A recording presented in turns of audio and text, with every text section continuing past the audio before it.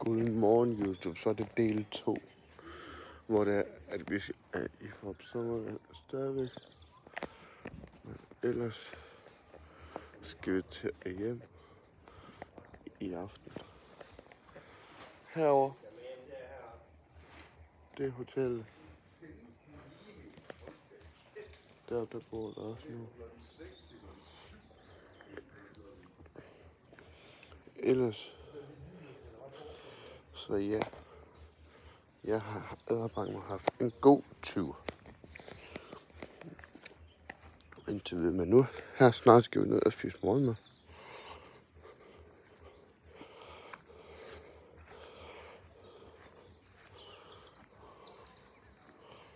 Og herovre, der er den første servering